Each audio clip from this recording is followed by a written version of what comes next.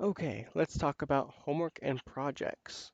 So let me go ahead and open this up in a new tab.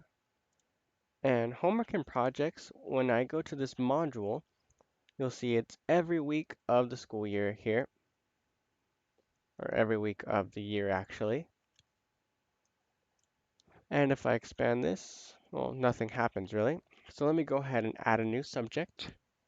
And let's just say science and save. Then refresh.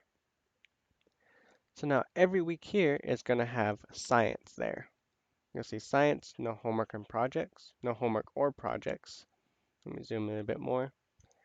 So now what I can do is, let me go ahead and we're on November 26th. Um, November, I believe we're right here. So let me click update. And in this tiny editor here, well, I'll just put my first homework, please complete, and then my first project. Oops, project due Friday.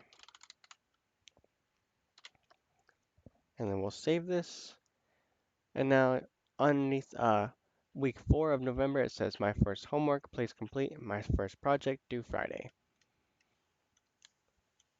Now, over in training class on the home page, let's go ahead and add the homework and projects widget there. Okay, so let's go ahead and switch this to week 4 so we can see the 26th.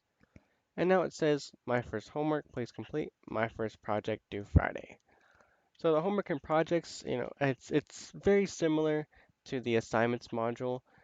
It's really for listing what homework you've assigned. Uh, again, like the assignments. So you might want to use the assignments over the homework and projects just because it kind of keeps better track, and all this really does is list what has been assigned, whereas the assignment is it lists it and they can actually upload straight to you.